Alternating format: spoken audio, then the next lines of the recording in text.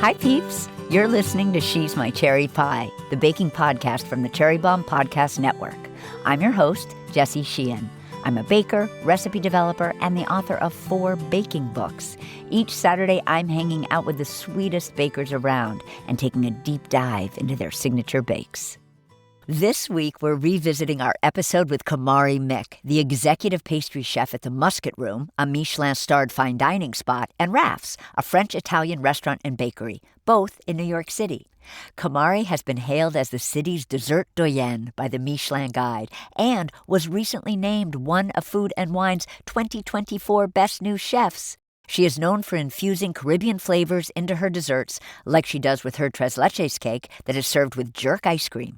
In our chat, we go over all the steps to make this delicious cake. Stick around to learn more. Today's episode is presented by King Arthur Baking Company. King Arthur's flowers are some of the most beloved in the industry, and for a good reason. Whether you're a serious baker or just a newbie, King Arthur's flowers are not only the most reliable, they always yield exceptional results, whether in your professional or home kitchen. King Arthur also has a ton of resources to help you take your bakes to the next level. Picture this. Your bread's crust is too soft. Your cookie spread. Your cake is dry. What do? Call the King Arthur Bakers Hotline. They have professional bakers ready and waiting to guide you through any baking challenge 7 days a week. Call 1-855-371-BAKE. That's 1-855-371-BAKE to try the hotline out for yourself. I have big news for you. My new cookbook, Salty, Cheesy, Herby, Crispy, Snackable Bakes, is now available. This is my first savory baking book, and I'm so excited to share it with all of you. It features 100 easy-peasy baking recipes for breakfast, lunch, dinner, and of course, snacking. From sage butter scones to smash burger hand pies and tomato za'atar galette. You'll also find 6 of my essential savory baking hacks, including how to make my magic melted butter pie dough and the quickest and easiest caramelized onions. My cookbook tour is underway, and tickets are on sale right now at cherrybomb.com. Thanks to everyone who joined me in New York and San Francisco. I'll be in Chicago on Tuesday, October 15th, and Boston on Wednesday, October 23rd, and I can't wait to see you. Thank you to Kerrygold and King Arthur Baking Company for supporting my tour. You can click the link in the show notes of this episode to order the book, or pick up a copy at your favorite local bookstore. I hope you love salty, cheesy, herby, crispy, snackable bakes as much as I loved writing it. Let's check in with today's guest. Camari! So excited to have you on She's My Cherry Pie and to talk goat milk, Tres Leches Cake, and jerk ice cream with you and so much more. Thank you so much for having me. I'm so excited to be here. Yay! So you have said that you pursued pastry out of necessity due to your voracious sweet tooth and the fact that your parents, who were great cooks, were not bakers. I read, actually, that you began this pursuit at an extremely young age. Can you share the story about applying to pastry programs when you were 8, like during a computer class in elementary school? Yes. I love it so much. First off, I love that word use, voracious. Gonna write that down. Yes, in computer class, this is back in, I guess, the 2000s.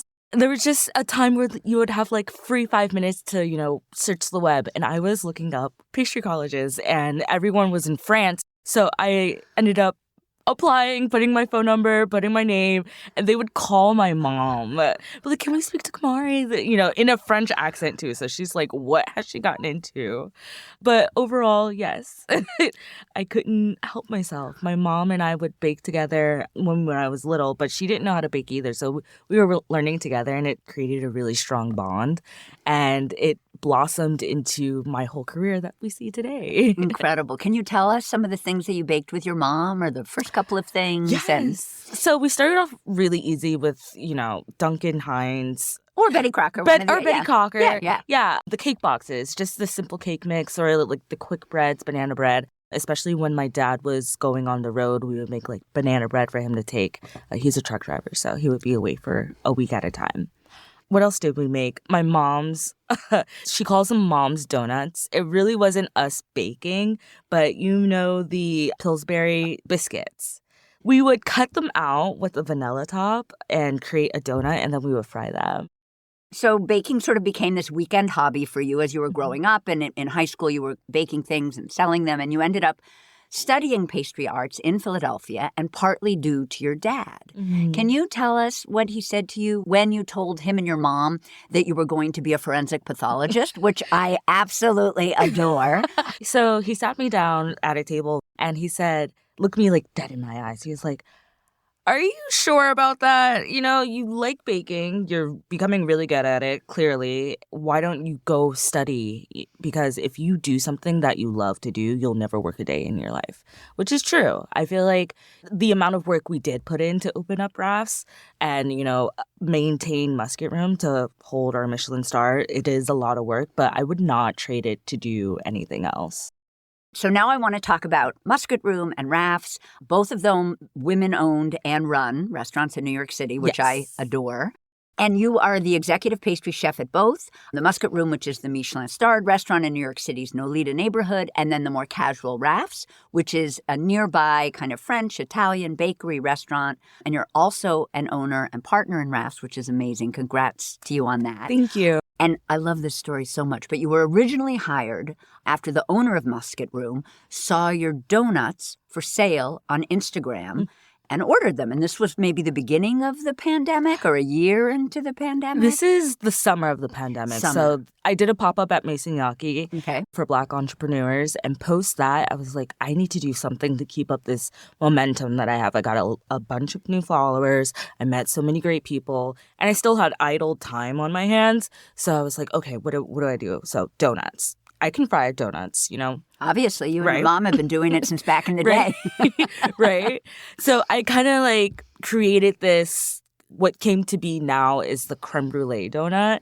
What I did was take apple butter, house-made, brown butter pastry cream, stuff that into a brioche donut, and then rolled it into a dark caramel. So it would be like crackly and crispy on the outside. And I delivered them all over New York. And just one don't. That was your. That was it. I know, but I think that's really smart in a way. You know, not to try to do too much. Yeah, I was starting out. I was doing it out of my apartment in Brooklyn, and so I was like, I need to do something that's gonna hold nicely. I'm not gonna be wasting too much product and whatnot. Fast forward I'm doing this for like 2 or 3 weeks now. And I get a DM from Nicole Vitagliano. That's how I was taking all the orders. And I didn't know who she was. And she's the owner of Musket Room. She's the sister. Oh. And so she ordered 12 of them. I delivered them at her apartment. And then I get an email for Jennifer Vitagliano saying, hey, would you like to come in for an interview? Yada, yada, yada. I say yes, Musket Room. I've already known about it for a few years now. So I was like a little excited to hear that they, wanted to interview me. I get to the interview and it's both of them sitting down with Mary Attia and they're like... Tell us who Mary Attia is just in case. Mary Attia is the executive chef and my business partner at Rafts and Musket Room. She's the executive chef at Musket Room too. And so they were like, we had your donuts and we want to hire you. I was just like, that's it? One carb sells me?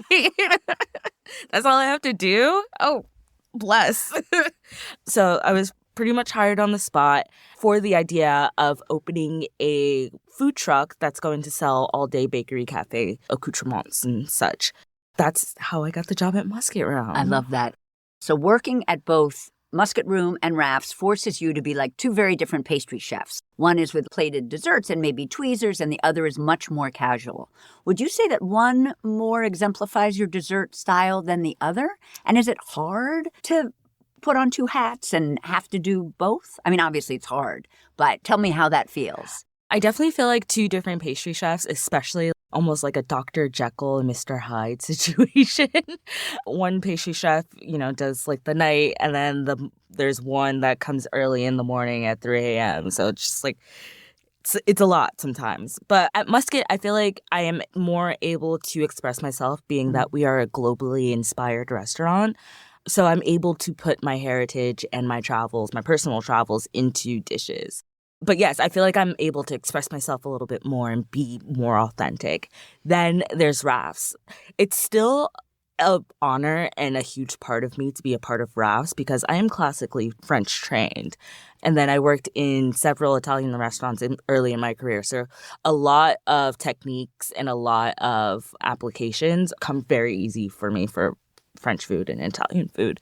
It sounds like more at Musket Room than at Rafts, but that you bring your Jamaican heritage into your dishes, instilling them with Jamaican and Caribbean flavors. I know that you like to use Jamaican chocolate or Caribbean chocolate. I think you said it has a connection to your dad, yes? Yes. My dad is from Portland, Jamaica. He was born and raised there and then moved to Jersey when he was 18, and that's how he met my mom and such. So I am working with a chocolate producer out there, 11 Cacao. They do a specialty Portland blend, not in honor of me. I would love to think that it is, but it's not. And it's a 71% chocolate. It's so delicious. It almost reminds me of like a dark milk, which is really hard to find. It's a fun one that I like. And so that's why I love to use it in every application. And the thought of supporting a Black-owned small business, love it, Cherry on the top. Yeah. Literally. Yeah. Well, so you have the Caribbean chocolates, also spices and fruits and veggies from the Caribbean. And you said that you begin with these humble ingredients and then you elevate them to become extraordinary. Can you unpack that a little, like what that means for you? I think they're already extraordinary in themselves, for sure. I think I am just bringing it to a Michelin level and putting it in these applications that have never been seen before. Or maybe they have, and I'm just, pushing the needle forward a little bit more. So being able to take traditional applications or traditional fruits and kind of twist them and mix them with my French training, it's the goal, So great. You were recently featured in Eater. I think Eater asks, what are your dreams or what's the future look like for Camari? And you mentioned a community center in a food desert. Can you tell me about that dream or goal for the future? It would be so dope. I don't know how I would get this off the ground. So if anybody has... Exactly. Hit me up. Yeah, slide into Camari's DMs.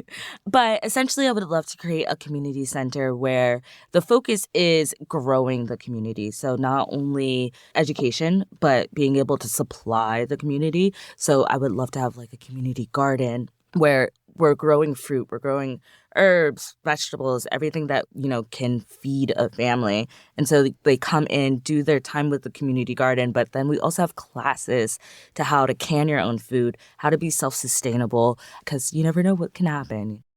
Let's take a quick break and we'll be right back. This episode is presented by Kerrygold, makers of the most beloved butter around.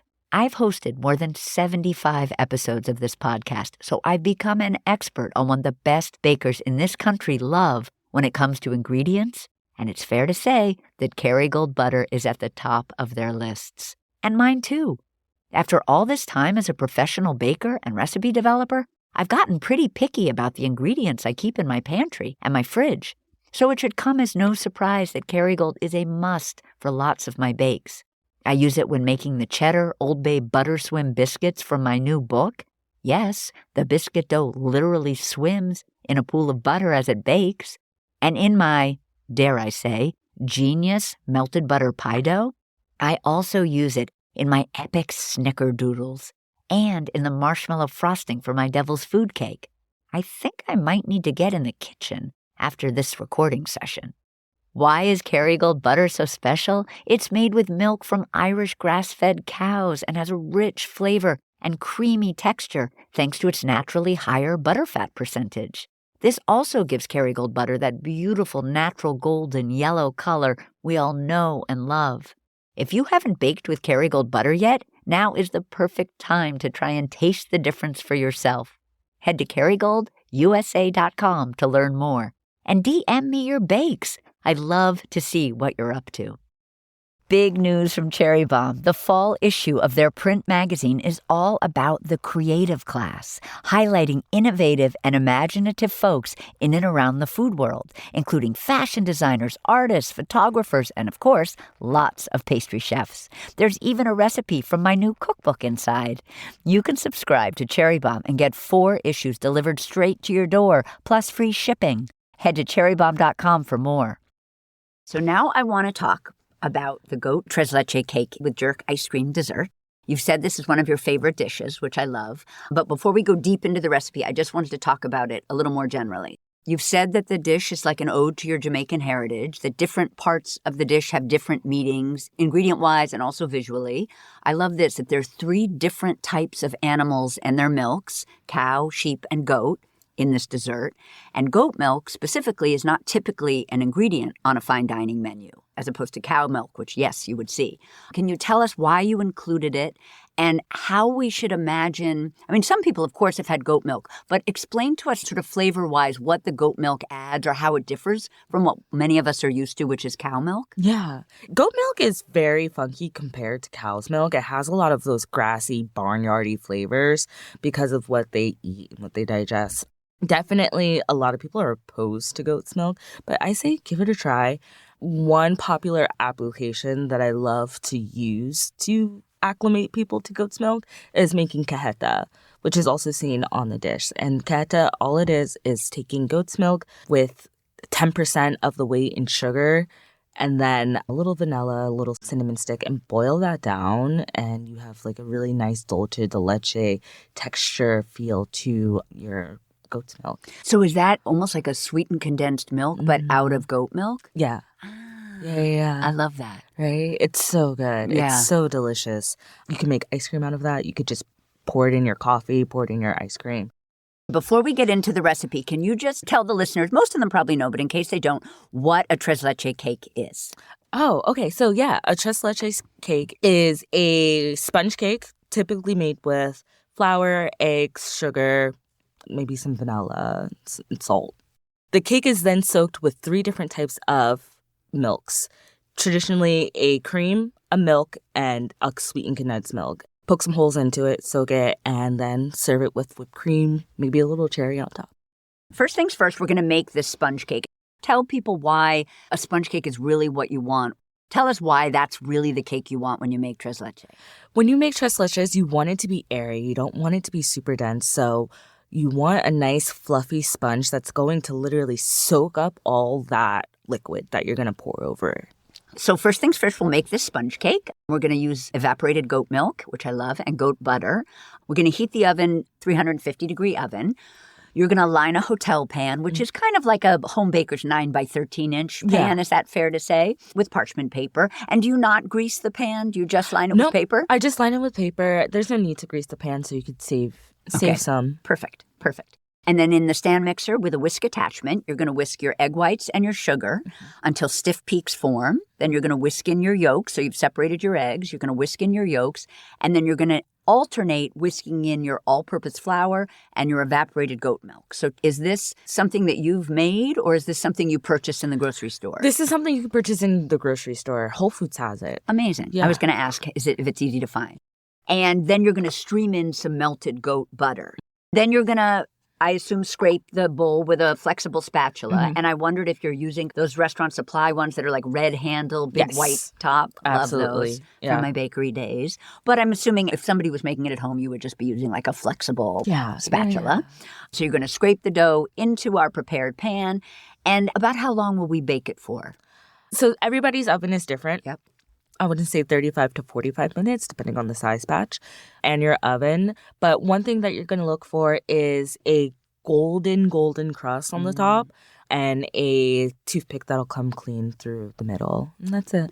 And just a question, because I'm obsessed when I test cakes, when I test anything, to use like really long toothpicks because I find it so annoying when they're really short. What is your like testing tool of choice? Is it just a regular size toothpick? So I didn't want to say this because I don't want anybody to burn themselves, but it's my hand is my favorite. Tell me what you do and what you look for. When I start to see the golden brown on top and then the sides pulling away from the pan, that's when I will look into the oven, I'll touch the top, and if it springs back immediately, it's done. If you see your imprint of your fingerprints into the cake, then that means it probably needs a little bit more time. And do you do that for everything you're baking? Everything. Is it always your hands? It's always my hands. I love that. I don't think I have fingerprints anymore. Right, because the funny thing is I always want almost everything I bake to have moist crumbs on my toothpick or whatever because I hate overbaked cake. I hate all of it. Yeah. But a Tres Leches, you can overbake. That's true. I know. That's why it's kind you of kind of want it to. Yeah. Because you want, like, imagine everything that we just put in here. Yeah. There is a lot of flavor, especially using the goat milk and the goat butter. But all the rest of the flavor is going to come from the soaking liquid. Yeah. So you want to be able to absorb all of that. Yeah. I love that. So bake 35, 40 minutes-ish. And then I think I understand this correctly, but I just want to make sure. We freeze that. Okay. We don't soak it yet because we're going to separate it for 2 different applications, like Yep. you said. We're going to punch rounds out of them to get like a nice little log. Okay. Because that's the shape. the shape that we Okay. like. And then... And what tool are you using to punch out the log? Just a ring mold. Oh, cool. Yeah. So log or more like, is it a circle? It's like a cutter. Yeah. So you take the cake. It comes out of the oven. You put it in the freezer until it's frozen. Until or it's just firm, frozen. Until it's Yeah. frozen. Then you're going to pop out love. So you pop out all your little shapes that will become your plated dessert. Love. Okay. And I know that 2 of those little shapes are going to be treated like a traditional Tres Leches cake. And one of them is going to become like a pan perdu, which is like a, as you say, like a fancy French toast situation. Exactly. Was that a choice you made just when you were thinking about this plated dessert? You're like, I love Tres Leches, but I want to have more texture. Like, I think that is so smart, and I'm obsessed with French toast. So I love that you included it. But what inspired that decision? Yeah, I wanted more texture. You know, you're going to have a really moist, soft cake, and then you're going to have ice cream. So you need some balance. Like, I knew what else is going to be in there, but you need some balance within, like, the mouthfeel of the dessert. So I decided to make a pan perdu. Traditionally, you would use, like, a milk bread or a brioche to make it. But I was like, okay, cake, why not? You know, it should work in theory. You know, soaking up the same liquid and baking it. So we decided to make the pan perdu, cook it all the way through. But for service time, we'll microwave it a little bit just to reheat it. There's such short, small pieces that it doesn't take much. And then we'll roll that in sugar and torch it. And that just gives it more flavor. So essentially, the soaking liquid for the pan perdu is very similar to the Tres Leches, but not exactly. And torching it gives it that almost roasty caramel. I don't want to say burnt because we don't take it that far, but it gives you that over the fire. I love that. Taste to it. So to make that pan perdu soak, and basically we're making like a traditional French toast soak here. We're going to whisk by hand. And I wondered, is there a certain type of whisk that you like? I love Madford. Yeah. The black and the yellow. Yep. I don't know who makes a better whisk. Brilliant. So we're going to whisk by hand, heavy cream, which now is cow milk heavy cream, goat milk. We're going to add some sugar, some goat butter, some whole eggs, some yolks. As I said, this is basically how you would make French toast.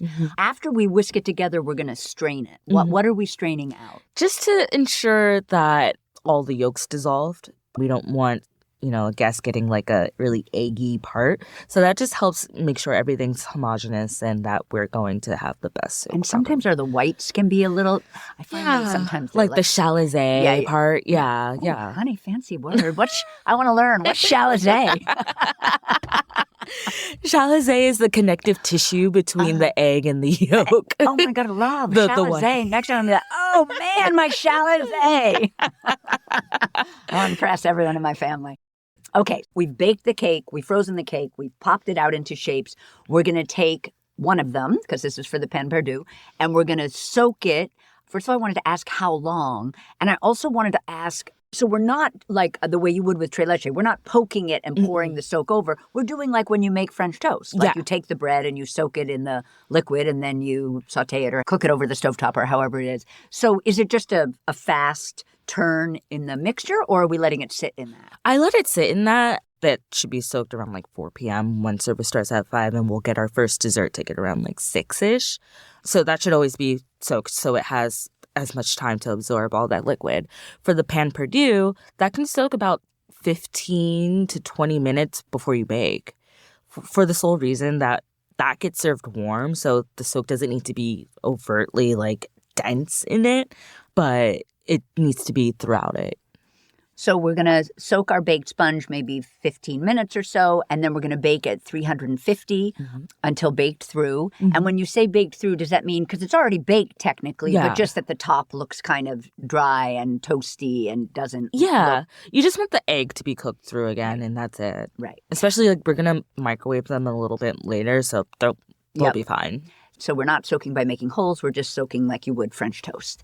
And so essentially the pen perdu is kind of twice baked. When you're making traditional pen perdu, you're not twice baking something, are you? No. For a traditional pen perdu, you can either bake it or you can put it in like oil, in oil. Yeah. I find that a lot of traditional French recipes, they do bake it. I think an American thing for us was like French toast needs more butter. Yeah, exactly. It needs more grease. It needs more fat. And then, as you said, before serving it, it'll get microwaved for the first time until it's warmed through, then rolled in sugar and torched until caramelized, which just sounds so delicious. So that's one of the cakes of the three that are on the plate when it gets served. The other two are traditional tres leches. And for this soak, we're whisking evaporated goat milk, heavy cream, sweetened condensed milk. Is that cow sweetened condensed milk at this point? That is cow sweetened condensed milk. The reason I did that was because there was already a lot of goat going on. When I first plated it, I plated everything with goat milk. I even subbed out some goat's milk in the pen perdu as well. And it was just like, it was too much. It wasn't balanced. I decided to do regular sweetened condensed milk, but you can find goat sweetened condensed milk. I love that. And so we're going to whisk all of that together, and then we're going to soak the cake for an hour, maybe 2 hours. And again, this time you're doing the traditional poking of the cakes. Nope, they're so small that you don't need to poke them. You just let them soak. What should I picture, like a bowl with cake floating in it? No, we just use, if you get takeout, you'll get a black box. Yeah, we'll use those. And is the soak covering? Yes. Oh my gosh, adorable. Yeah. I would love to see all these little cakes. Just like floating around. Floating. It's delicious. Next, we're going to make the jerk ice cream. So we're going to whisk cow milk, heavy cream, sugar, and dextrose. Can you remind us what dextrose does? Dextrose acts like a stabilizer for the ice cream. When you're making ice cream, you need to make sure you have enough liquid water ratio to your sugar so it blends properly and it freezes. And you're not either going to have an ice cream that doesn't freeze or that's too melty, or an ice cream that is hard as a rock, just overall unpleasant. So you want to make sure you have enough ratio. And in order to get there without having too much sugar, we use something like dextrose or glucose, whether it's in powder form or syrup form. And is it something we can buy online or something? And yeah, I've seen it on Amazon. At-home ice cream makers? I mean, I make ice cream, but I've never put dextrose in it. Is that something I could buy and just put in my own ice cream? Yeah. Is there a ratio of like how many cups of cream to... I know you're dealing in production, so it's a lot larger, but I wonder if there's a simple formula for this much dextrose to blank amount of cream or blank amount of sugar. Off the top of my head, no, but I could send you a recipe. Okay. Sounds good. Sorry, peeps. So we're whisking together our cow's milk, our heavy cream, our sugar, and our dextrose, and we're going to place it into a heavy pot on the stovetop until it's steaming, until it's about medium heat. And I noticed no eggs in your ice cream. Not in this one. Okay, no. Sometimes you use eggs. Okay, what makes you decide eggs versus no eggs? It depends on how creamy and how rich I want the ice cream to be. If I want it to be very like mouth coating, I'll add eggs, use cream, sometimes even butter. But if I want it to eat a little bit more like soft serve, then I'm going to lean towards not using any eggs. Can I just say I love soft serve? Right. So much. Like Dairy Queen, a twist with a dip is like my favorite thing. But anyway, so while this is all happening, we're also going to be making a caramel. We have some additional sugar, and we're making a dry caramel. Can you just tell people what that means, what a dry caramel means? So a dry caramel, all that means is that I am going to heat my pot up to make it really ripping hot, and then I'm going to sprinkle sugar into it gradually while stirring to make an instant caramel. The benefits of doing this rather than doing a wet caramel where you put your sugar in a pot, add some water until the sugar is sand and bring that up to the proper temperature is the fact that I know what color I want my caramel to be, and I know that I want it to instantly be, a caramel and not a softball stage. It's time. Yep. Yeah. I don't have time You to don't wait. have it. I don't have it. So I just want to be able to like make the caramel and then deglaze, and I'm Awesome. eliminating any water content too. Awesome. So we make our dry caramel, and then we're going to deglaze it with jerk seasoning. So I had two questions. First of all, is there a brand of jerk seasoning you use? And also, what are the components? And then I also wanted to understand deglazing caramel. I think I know what you mean, but could you unpack that for us? Yeah, of course. So the brand of jerk seasoning that I love to use is by Brittany Sticks Williams. She is a Jamaican chef that runs her own business called Nam. Very delicious. And once again, supporting another Black-owned business is what I'd love to do and why I'm here to do it. She makes her own jerk seasoning from the Scotch bonnets that she grows in her own backyard with her parents. So such a sweet story. We're really good friends, and I just love to be able to highlight Black women on my menu as well. So in her jerk seasoning is... And is it something other people can buy? It is something other great. people can buy, Oh, actually. great. Yeah. So it is green onion, which is scallion, essentially, Scotch bonnet, pimento, black pepper. I don't know the exact recipe because it is hers, but that's generally what's in it. I've never heard the verb to deglaze put with caramel. So talk to me about deglazing a caramel with the seasoning. Essentially, when you are making like stock and you reduce it down and you're making your demi-glace and you deglaze with the wine or vinegar or what have you, we're doing the same technique with caramel. So we're going to bring that all the way up and we're going to throw something in there that's going to get all the fronds off of the bottom of that pot. So all of the caramel that's on the bottom of the pot, we're going to deglaze with jerk seasoning. So talk to me.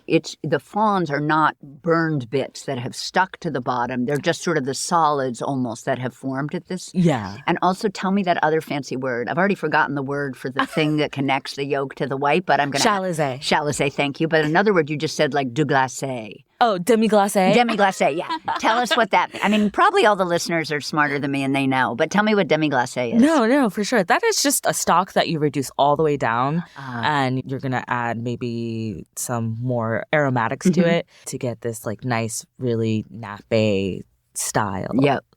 Should I say nappe? I love you dropping all the lingo. This is amazing. I am assuming that means like a certain... Coat the back of the spoon. Yep. Do a finger swipe. Yeah, and nothing goes down the... Yes. I do that with like ice cream or a custard or something. Yes. Yeah. Okay, so now we're combining or emulsifying the jerk seasoning and the jerk seasoned caramel with the steaming dairy on the stovetop. Is the dairy already hot and steaming when we add the caramel? Yes. Okay. Yes. So I did that because when you go to pour hot liquid into a caramel, the sugar's going to seize and it's just going to be more annoying to dissolve that sugar again. So you want to have something hot into something hot rather than cold into hot. Yeah. So while you're whisking in, you're going to whisk in the liquids into your caramel. And as you're whisking, just making sure everything's breaking up and dissolving. And tell us why. I mean, I think I know. It just makes sense. But we don't want to put the caramel into the dairy because then we'd be scraping off the bottom. Yeah. And it would be and a that's mess. Definitely going to seize on you. Yep. It's much better to put the hot dairy, just like when you add heavy cream at the end of making caramel, whether you did it. Yeah. Okay, exactly. That makes sense. Now we're going to strain into a metal bowl. Is it kind of restaurant supply metal bowls that you like to use? A metal on metal bowl, because metal is a stronger conductor than plastic, it'll allow it to cool down faster. Strain into a metal bowl over an ice bath and chill, and then you'll place in your ice cream machine at work. I'll season with salt too right before. You always want to season your ice creams after they're cold because it's the closest temperature that it'll be to when it's frozen. Oh, what a good tip, Camari. I love that. That makes so much sense. Yeah. And then especially if you're seasoning with acid too, if your milk is hot, you're going to break your ice cream. So wait until it's cold and then add. Love. So now I want you to tell us how we now set out the 3 little cakes plus the ice cream and then tell us the pièce de résistance. See, now I'm using French too. of the branches. Okay, yeah, for sure. So I kind of was thinking campfire style when I was building this. So nuzzled in the center is going to be the ice cream, which is going to be covered with chocolate branches. Then it's going to be 2 pieces of Tres Leches. One is covered with a cajeta yogurt. So once again, including goat's milk. And now we're including sheep's yogurt. So there's your third milk right there. And then on the other side is our second piece of Tres Leches and then our pan perdu. So our pan perdu is torched to order. So it's still warm when you get it. So it's like room temp cold, room temp hot.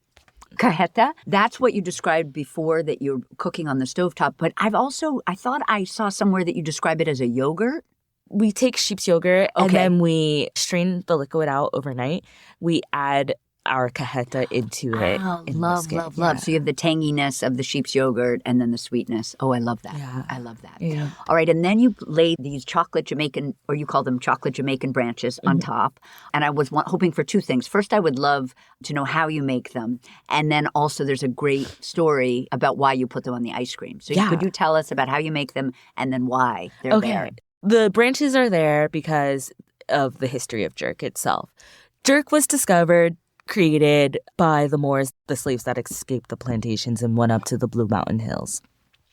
With that, they obviously had to feed themselves and nourish themselves through food that they foraged around them in their surroundings and that would not give away their location. So jerk started happening when they would dig into the ground, create a oven of sorts, a smoked oven, fire on the bottom, then they would put a layer of like branches and leaves to put the meat, and then they would cover the smoke, or the pit rather, so it wouldn't give away their location. And so that's how jerk came to be. I love that. So almost like the branches added this smokiness to the meat or whatever it was they were cooking. Yeah. And the branches stopped the smell from rising up into the air. Yeah. I thought that was such an incredible story. Thank you. So these chocolate branches. So the Jamaican chocolate that I use, the Portland 71, we take it, we temper it, and we have an ice bath of water. Once we feel like the temperature of the ice bath has reached its lowest, we'll take the ice out, and then that piping bag of chocolate, we'll just spray into it. Let it set for like 20 seconds and take it out, put it on paper towels and let them air dry. Is that like a Camari invented technique? No. So that's what people do when they're making certain shapes of tempered chocolate. Yeah. They do it into cold water? Yeah. Fascinating. I did not know that. Yeah. It's really fun and it adds an elevated level to anything. I'll put them on my chocolate cakes. Yeah. I'll put them just as a simple garnish for many desserts. And then in this instance, it just has, a greater meaning to it. And is it just a teeny tiny pastry tip that you're using? I don't use a pastry tip for that. Oh. No. So you just cut the bag. Oh, like a cut, like a Ziploc bag, just cut the end and do it. Oh, I love that. Yeah. I love that. And now I wanted to talk just about a few additional recipes of yours that I was hoping you could tell us about. First, I read somewhere that rum cake is one of your signature desserts. Yeah. Can you tell us about your rum cake? I love my rum cake. It's really fun, and there's a lot of rum. I love to use 10-to-1 rum. I love drinking it too, but it's so good in the rum cake. So brown butter, sugar, which is just granulated sugar, flour, rum, a little bit of orange zest, vanilla, and my secret ingredient, which is pudding mix. Oh, Yes. love. Talk to me about what flavor, first of all. Just vanilla. Just keep it, There's so many great desserts that have a box of pudding mix in Yeah. it, including people put it in whipped cream to stabilize it. Tell me what it does to the rum cake. So it just adds this extra, puddingness to it. It makes it more moist. It makes it stay moist longer. And so it just gives it that, I love to say grandma texture. That is that grandma cake, you're sitting down and you're having a cup of tea with her and you're just able to eat. Oh cake. My gosh, I love that. Do you serve that at Musket Room? I don't. Oh, no, bummer. No. Because that sounds we so used good. to. Yeah. We used to. During the holidays, it'll make an appearance. Yeah. The next thing I want you to tell us about is your ice cream sandos. I feel like there's or sandwiches, peeps, who are not in the know with the word sando. I think there's a chocolate chip cookie with miso ice cream and a hazelnut macaron with a blackberry ice cream. Yeah. The hazelnut one is my favorite, hands down.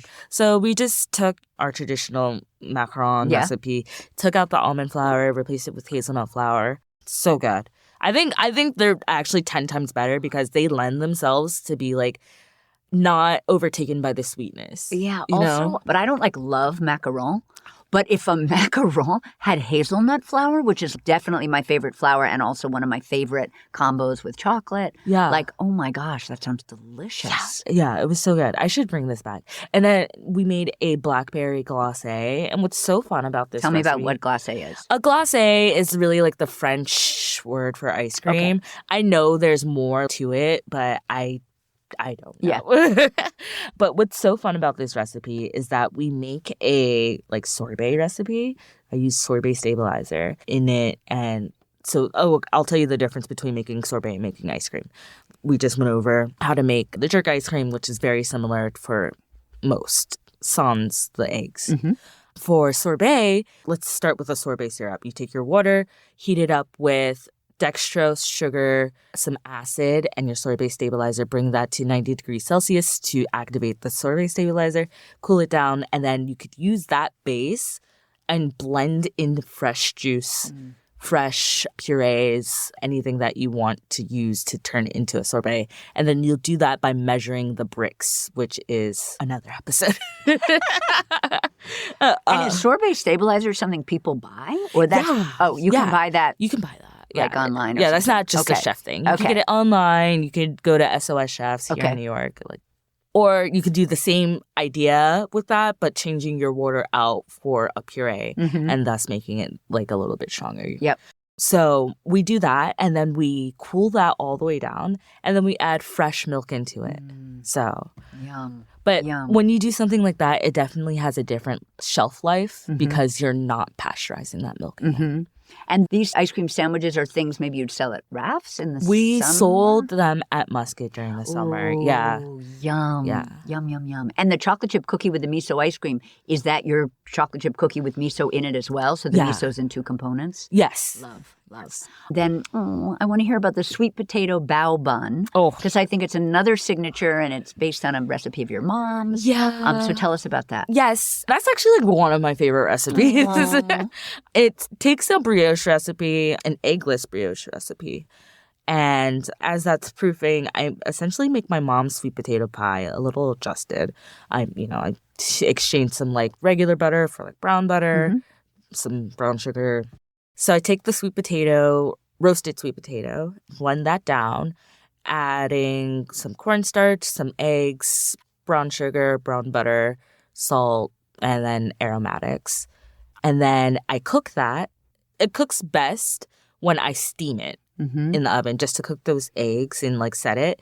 Then I take them for the oven, and I'm just cooking this in a pan, like a 9x13 situation. And I'll blend that in the blender, and then I'll set it into dome molds, and I'll freeze it. I'll pop those out, and then I'll take the bao bun and put that insert inside, close it up, let it proof, and then bake. And then when they come out, we brush them with more brown butter and Michelin salt on top. I know, it sounds so good. It's so good when they're warm. when can we get those? Did those I Yeah. only do those for special events. Honey. The candied orange almond croissant. Oh, yes. That is our Raf signature. Yeah. My business partners, Jennifer and Nicole, they are obsessed with candied orange. When developing the whole patisserie menu over there, I was like, I want stuff to be approachable, but I don't, you could get the same croissant at every cafe. So what is going to make ours stick out? I never liked an almond croissant. I almost was this close to not doing one as a rebel. But I came to my senses. I was like, we need an almond croissant. I said, we'll do that, but how can I change it? I always think it needed some acid. It's overly sweet, it gets soaked in simple syrup, piped with frangipane, and then dusted with more sugar. So I was like, we're not doing that. We need to change this somehow. We need to break the curse of the almond croissant. Not to mention they're always smashed. Yes. So for our almond croissant, we soak it in the syrup, but it's in saline. It's a seasoned syrup. So it has a ton of acid, tons of lemon juice, a little bit of orange juice, and salt and vanilla. And so does that mean no sugar? No, it has sugar in it Okay, as well. Yeah, okay. yeah, it has sugar in it as well. Yep. But it's not just a 1-to-1 Yep. sugar. We balance it out with salt and acid. We'll soak our croissants, but not ruining the lamination, like we'll brush our syrup on it. Mm-hmm. We'll pipe our house frangipane, butter, sugar, eggs, cornstarch, almonds. And then we'll bake those, put the top on, we'll bake it. So when you cut the croissant, you have to be, if you want to maintain the hump of the croissant, you're very... Oh, we freeze them. There you go. Freeze them. Yeah. And do you use old croissants or Yes. you bake them fresh? Okay. Yes, we use old croissants. Okay. I mean, not old, but ones that didn't. Yeah. Sorry. Yeah. Yes, we use croissant trim. Yes. Yes. So we fill them, we bake them, and then when they come out of the oven, before we put them in the shop, they, get that iconic powdered sugar on top, right? No, not at Raf's. No. We grate Marcona almonds on top so they get these nice curls onto them. And then we'll put a candied orange. Love. And are you brushing them with anything to make them shiny or sticky, or the Marcona just sticks to them because they're warm from the oven? Yeah, exactly. Yeah. And the tops have a little bit of simple syrup too. Okay. Yeah. Well, thank you so much for chatting with me today, Camari. And I just want to say that you are my cherry pie. Oh, thank you for having me. That's it for today's show.